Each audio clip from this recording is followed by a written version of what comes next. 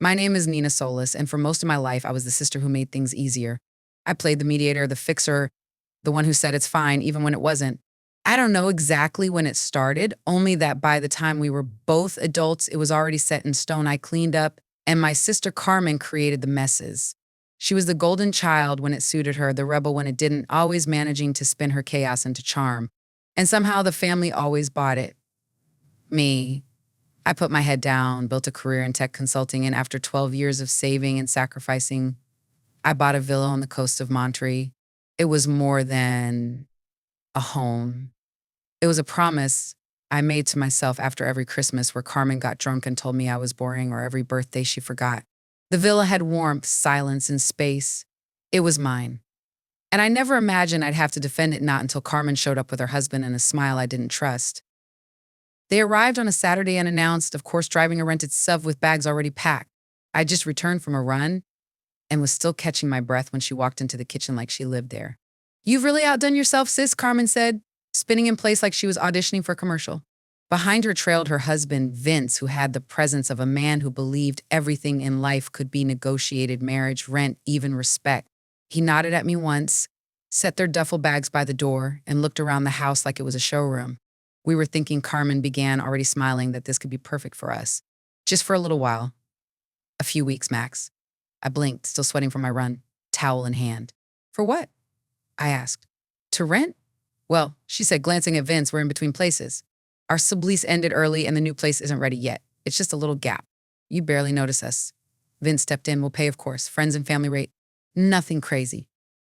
There was a time I might have said yes, out of guilt, out of old habits, but that part of me had been quieted gently ever since I started living alone in this house and realizing how much of my peace had come from people like her being far away. "No," I said simply. Carmen laughed like I'd made a joke. "Wait, seriously?" "Yeah," I said, wiping my face. "This isn't a rental. It's my home." Vince's jaw twitched. "It's just temporary." I met his stare. "So get a temporary hotel." The silence that followed was loaded. Carmen dropped the act fast. Her voice turned sharp. "You've always thought you were better than me, Nina? You think your little house makes you important. You'd rather let strangers Airbnb's place than help your own family?" "I don't rent it out," I said. "I live here," she scoffed. "God, you are unbelievable." They didn't stay for coffee. They left with fake smiles and real tension, and I could already feel it. This wasn't the last of it.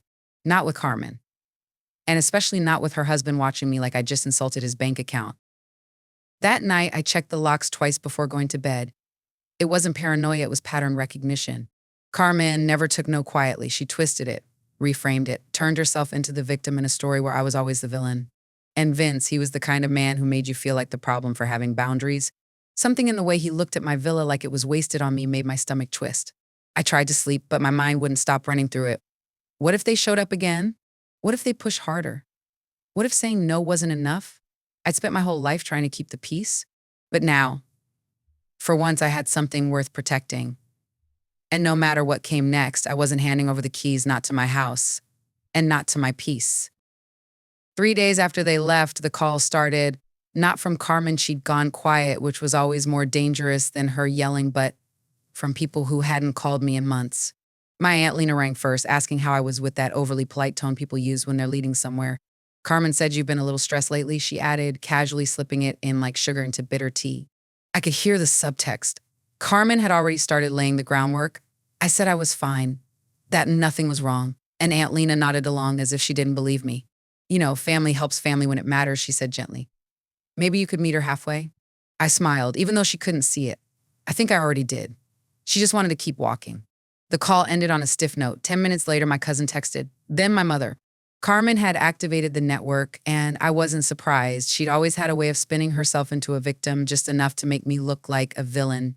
But this time, I wasn't falling for it. I didn't owe her anything, especially not my home. By the end of the week, I'd stopped answering unknown numbers, but Vince didn't leave it at phone calls.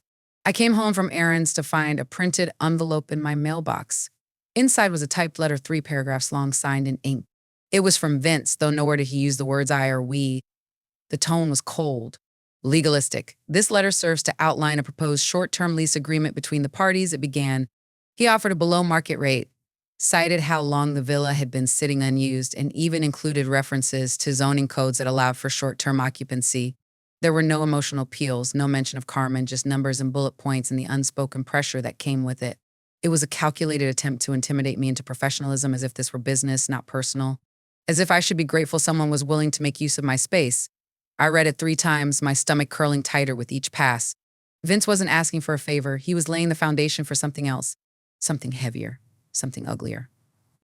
I didn't call him. I forwarded the letter to my lawyer. Her name's Priya, and she's the kind of woman who reads threats like bedtime stories. She called me 10 minutes later. He's testing you, she said. If you respond emotionally, they'll push harder. But if we go silent and document everything, we stay 10 steps ahead. I trusted her. I'd hired her years ago during a business contract dispute, and she'd won the case with such quiet confidence that even the opposing counsel had complimented her. "Let me take this from here," she said. "You don't have to answer another word." I hung up and walked into the kitchen. For the first time since they visited, I felt like I could breathe. But it was only for a moment.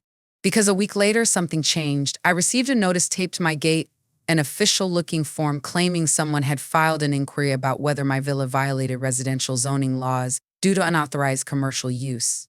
I stood there in the afternoon sun, heart pounding, trying to process what I was reading. Vince had taken it further. He was trying to corner me legally.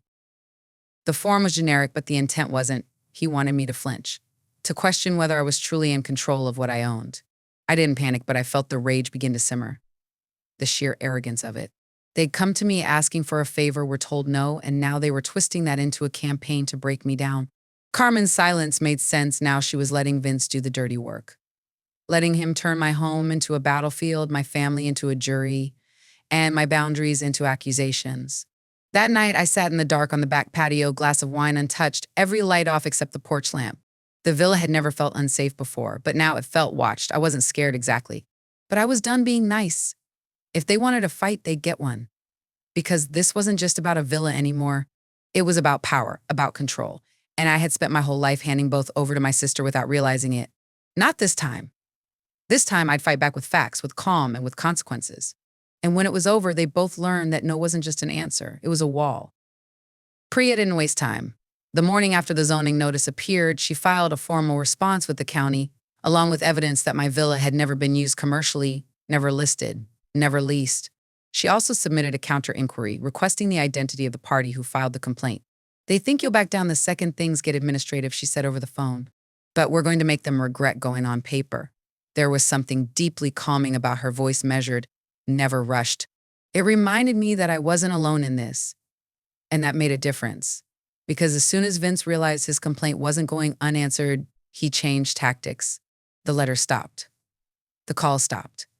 And then, as if nothing had happened, Carmen reappeared. She messaged me with a smiling emoji and a single line, "Hey sis, can we talk?" No mention of the letters. No mention of the zoning complaint. No mention of the fact that her husband was trying to strong-arm me through legal pressure. Just a warm, casual opener like we were chatting after yoga. I didn't reply. I waited. And sure enough, 2 days later, she showed up in person. She rang the gate buzzer mid-afternoon, dressed like a suburban peace offering, soft blue blouse, flat shoes, oversized sunglasses that didn't quite hide the exhaustion behind them. I let her through, but not inside. We talked in the courtyard under the olive tree, where I could see every movement and hear every excuse before she gave it. "You know I didn't want it to go this far," she said softly, like she was the one who'd been wounded. "Vince can be aggressive, I know that. But he thought if we framed it as a business thing, you might take it seriously."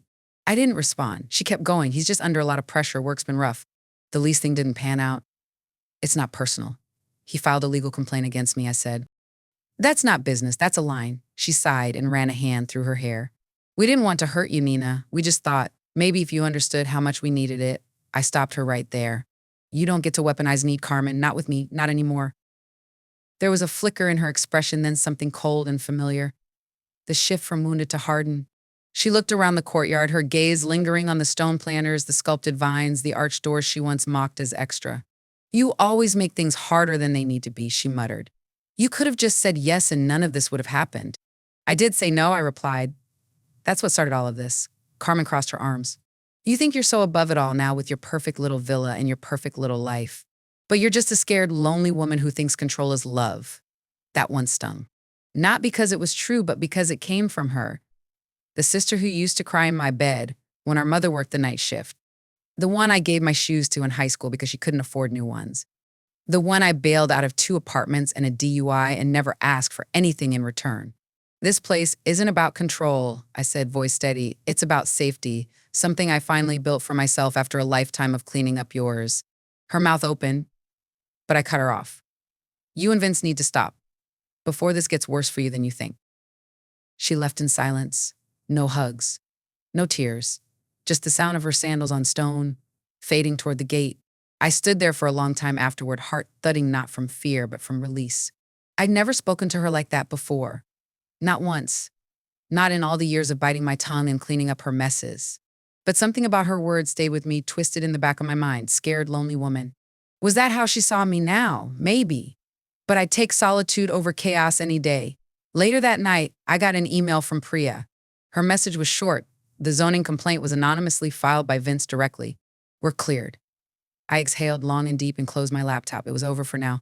But I'd felt that look in Carmen's eyes, the one that said she wasn't done. She never left a fight unfinished. And if Vince had been willing to go legal, I had no doubt he had another move tucked in his jacket. The next one wouldn't be polite. It would be invasive. And I was ready. It started with the garden lights. 3 of them along the walkway blinked out in the same week, 2 completely dead, 1 flickering like a dying firefly. I figured it was nothing at first. Wiring issue, storm surge, the usual homeowner stuff. But then I noticed the stone planter by the gate had been shifted, not knocked over. Just turned like someone had tried to move it and then thought better of it. Then came the packages, 2 deliveries from companies I didn't order from, both addressed to my villa, both with Vince's name on the slip. One was a box of audio cables, the other a Wi-Fi signal booster. I didn't open them. I called the companies and had the items flagged. My name wasn't listed as the account holder, but my address had somehow become theirs or at least temporarily linked to them. That was when it hit me they were anchoring themselves to the property in ways that weren't obvious. Subtle moves, digital fingerprints, paper trails, and if I didn't catch them early, it would look like they belonged here, like they had some stake. Priya wasn't surprised. It's an old landlord trick, she said. Plant your name on mail, build a presence, and create confusion about legal occupancy. It's stupid, but when people don't push back, it sticks. I stared out the window at my front gate while she talked. So what do we do? I asked. We document. We escalate. And we lock down. That afternoon, I added 2 more cameras to the exterior, one on the driveway and another above the garden gate. I installed a smart motion sensor by the back fence and put a freeze on any deliveries to my address from unknown senders. I should have been angry, but what I felt instead was clarity. Carmen and Vince weren't acting out of desperation anymore. This was about proving a point. She didn't just want access to my life, she wanted to blur the line between mine and hers. And Vince? He was methodical, strategic. I could feel it in the way things were unfolding. No confrontation, just pressure, just little signs that said, you're not as safe here as you think. Then came the knock. Late Thursday night, just after 11. I was in bed with a book, the villa dead quiet, except for the soft hum of the ceiling fan. I heard at once 3 slow knocks on the front door, not frantic, not loud, just deliberate. I didn't move at first, just listen. Then it came again. 3 knocks, then silence. I slid out of bed, barefoot, grabbed my phone, and checked the live feed from the new camera. The figure stood just beyond the frame off to the left, out of view. I stayed still, watching, pulse climbing. Another knock. Then footsteps retreating. I waited 5 minutes before unlocking the door. Nothing there, no car, no shadow, just a faint scuff mark on the welcome mat that hadn't been there earlier. I didn't sleep much that night. And in the morning, I found a small white envelope tucked under the mat.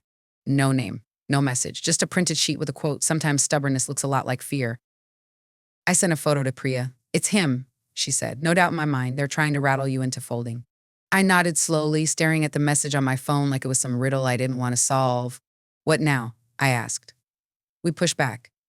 And we let him know if they want a war, they better come dressed for court. That day, Priya filed for a protective order citing harassment, attempted fraud, and trespassing.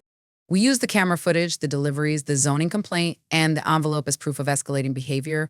It wasn't about drama anymore. It was about protection. And I had let them push just far enough. That night, as the sun dipped low and the villa glowed in its usual quiet gold, I poured myself a glass of water and stood in the center of my kitchen, the one space that had always felt sacred, and I said it aloud for no one but me to hear. You don't get to steal peace. And I meant it. They came for my space, my name, my silence.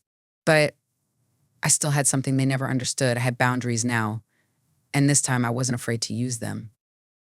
By the following week, the paperwork was in motion. The protective order had been filed, and Vince had been served with a formal cease and desist. Priya delivered it in person with her usual calm precision and said he barely blinked when she handed it over.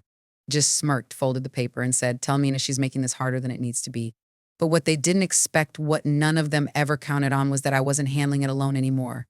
Priya looped in a civil investigator who specialized in property disputes. Within 2 days, we had a compiled history of Vince's previous rental issues, claims filed against him in 2 other counties, both involving intimidation tactics and strategic paperwork manipulation. It painted a pattern. And that pattern gave us leverage. They've done this before, Priya said. But this is the first time someone had enough power to push back in real time. That changed the tone. Carmen still hadn't contacted me directly, but I could feel her watching from the sidelines, trying to figure out how to reel this back without losing face. That's when the family got involved again, except this time, not on her terms. It started with my mother. She called on a Sunday morning, her voice tighter than usual, her questions more pointed. "Carmen told me you're trying to take legal action against Vince," she said, like she was trying not to take sides. "She says it's all a misunderstanding." I took a breath. It's not a misunderstanding. It's harassment. And I'm not letting it slide. There was a long pause. She said, "You kicked them out when they had nowhere else to go." I closed my eyes and counted to 3. "Mom, they never lived here. They showed up uninvited. They asked to rent it." I said no. Then Vince started sending legal letters. They filed a zoning complaint. They left things at my house. They've shown up in the middle of the night. Silence. Then she didn't tell me that. She never does. The call ended on an uneasy note. But the next day, I got a message from my aunt, then a cousin. Carmen's story had begun to unravel. I didn't even have to defend myself. She'd lied too broadly, too sloppily. And people were starting to connect the dots. The tipping point came at a family barbecue the following weekend. I hadn't planned to go, but my cousin Jules begged me to show up for at least an hour, said it would cool things down. I agreed, mostly out of obligation, and arrived with a backup plan to leave after 10 minutes. But as soon as I stepped into the backyard, I felt it. The energy. The shift. Everyone knew. Not everything, but enough. Carmen was in the far corner, holding a drink, surrounded by people who were nodding without really listening. Vince wasn't there. When she saw me, she froze, her mouth tightening. "Nina," she called out, voice overly bright, "so glad you came." I was just telling them how this whole thing got blown out of proportion. I walked up slowly, calm. "Was I telling it wrong?" she added, laughing too hard. "You know how you are always the serious one." "Tell them about the zoning complaint," I said quietly. Her smile cracked. "Tell them how Vince used my address. Or the knock at midnight, or the letter under my door." The people around her went still. Carmen stared at me, eyes narrowing. "You're turning this into a show," she said under her breath. "No," I replied. "You did that the minute you made me your storyline." She stormed out 15 minutes later, keys jangling in her hand, mumbling something about how no one ever had her back. No one followed. The silence she left behind said everything. That night, I drove home with the windows down, letting the warm air rush over me like a rinse. It didn't feel like a win, not exactly, but it felt like something had shifted. Not just in them, but in me. For the first time in my life, I hadn't folded to keep the peace. I hadn't swallowed my voice or softened my truth. I had drawn the line and held it, even when it made me the target. And now, the silence wasn't heavy. It was earned. It was mine. I parked the car, stepped into my villa, and locked the door behind me, not out of fear, but finality. Because the message was clear now, the performance was over, and Carmen was finally left standing in a scene that no longer included me. The message came through a blocked number at 6:42 a.m. I wasn't even out of bed yet. Just one line: "You've taken this too far, we're not done." No name, but I didn't need one. Vince had a way of making threats feel like business memos. I sat up slowly, reread the text, and felt calm. A few weeks ago, that message would have sent my pulse into overdrive. Now, it felt like a bad habit trying to get my attention. I didn't reply. I forwarded it to Priya. Her response came 3 minutes later. "He's cornered." That's desperation talking. We're almost there. That day, she filed a secondary report noting the message, adding it to the growing stack of documented incidents we were submitting for a full no-contact injunction. "They think this ends with your silence," she told me. "But they forgot you've stopped being afraid of noise." I like that, because it was true. I wasn't afraid anymore. Not of Carmen's guilt trips. Not of Vince's threats. And definitely not of losing the illusion of being the nice one. The silence that followed was the loudest it had ever been. No knocks, no deliveries, no sudden visits. Even Carmen's social media, once full of subtle digs and curated glamour, had gone quiet. I wasn't checking intentionally. Someone sent me a screenshot. Her captions had gone from snide to vague to Cryptic little quotes about outgrowing people who pretend to love you and family wounds. She was spiraling because the truth was leaking and people were no longer clapping on cue. I didn't respond, didn't counter, didn't post. I simply lived. I ran errands, took meetings, got the hinges fixed on the guest room door. For the first time since this started, the villa felt like mine again. No ghosts in the hallway, no dread at the gate, just silence that didn't demand anything from me. One afternoon, I stood in the center of the living room, looked around, and whispered, "You don't live here anymore." I didn't mean Carmen. I meant the version of me who used to build her entire life around keeping peace with people who didn't deserve it. But Vince had one last move. He filed a petty small claims action, accusing me of intentionally interfering with a verbal lease agreement. It was weak, baseless, nothing that could hold up under real scrutiny. But it was a signal he still wanted to feel in control, still wanted to poke. Priya wasn't fazed. "This is the legal equivalent of a tantrum," she said. "We'll file for dismissal and counter with a claim of malicious prosecution." I nodded. But something about it sat with me longer than it should have, not because I was afraid he'd win, but because it reminded me how far he was willing to go to avoid accountability. He couldn't stand the idea that a woman me had told him no and hadn't bent afterward. This wasn't about a villa. It never was. This was about entitlement, ego, control. And the moment he realized those things didn't work on me anymore, he lost whatever mask of civility he had left. The man who once smiled across my kitchen table was gone. What remained was someone who saw silence as weakness and couldn't handle it when it turned out to be strength. The court threw out his claim 2 days later. The judge called it frivolous and retaliatory. Vince didn't even show up. Carmen did, alone, in sunglasses, sitting at the back of the room. She never spoke, never looked at me. But when it was over and I walked past her toward the exit, she muttered just loud enough for me to hear, "You were supposed to be my sister." I stopped. Not because I wanted to fight, but because I needed her to hear the truth finally without filter. I turned, looked her straight in the eye, and said I was. But sisters don't manipulate. They don't threaten. And they don't send their husbands to destroy what they didn't help build. She didn't reply, just sat there, small in her silence, the courtroom colder than either of us had expected. I walked out, the door swinging shut behind me with the weight of something ending. Not just the fight, but the obligation, the guilt, the years of swallowing who I was just to keep someone else from falling apart. That chapter was over. And I hadn't just closed the book, I'd rewritten the ending. Weeks passed. No more letters, no calls, no knocks in the night. And just like that, it was over, or so I thought. It's strange how quickly peace can become the new normal when you stop letting people rent space in your mind. The villa returned to itself, calm, bright, full of music and morning light. I started repainting the guest room. Not because I needed to, because it felt symbolic, like I was reclaiming every inch. Every inch they tried to invade. On a Sunday morning, I sat on the back patio with fresh coffee and a blank journal, watching the wind move through the olive trees. It felt still in a way I hadn't experienced in years. No tension coiled in my shoulders. No waiting for a shoe to drop, just silence that didn't accuse me of anything. I finally believed that this space, this peace, this version of me was mine. I had earned it. But karma moves in ways I couldn't have planned. I got a call from Jules, my cousin, one afternoon while I was out picking up tile samples.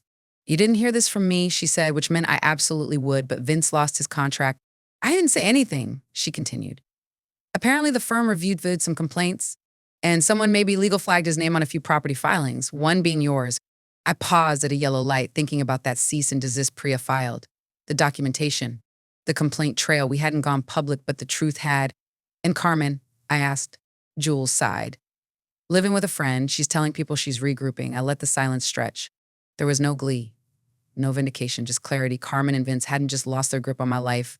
They were losing grip on the version of themselves they sold to everyone else. The successful couple. The one with power, connections, leverage. But that image was a house of cards. And it turns out when you build something on entitlement, it doesn't take much wine to knock it down. That weekend, I hosted my first dinner party in over a year. 6 friends, pastilla, wine, good music. The villa was full of laughter that didn't drain me. And while they ate and told stories, I stepped out for a moment to catch my breath and caught sight of someone standing at the edge of the gate. Carmen. Alone. No Vince. No car in sight, just her hands in the pockets of a worn cardigan, hair pulled back like she was trying to look smaller. I stepped outside, down the gravel path. She didn't say anything at first, just looked past me toward the house. "You rebuilt it," she said quietly, "even after all of it." I stayed still. "You came to destroy it, Carmen. You didn't just ask for help, you tried to take it." Her eyes were glassy. "I know." She looked down. I didn't know how to stop him. I didn't know how to stop me. It wasn't an apology. Not really. It was a confession, an unraveling. And for once, it didn't feel manipulative. It felt tired. Like even she didn't want to keep the act going anymore. She didn't ask to come in. She didn't cry. She just said, "You don't have to forgive me." I nodded. "I know," and that was it. She walked away slowly, the gravel crunching underfoot, until she turned the corner and disappeared. I stood at the gate for a while after, staring into the dusk, unsure what I felt. Relief?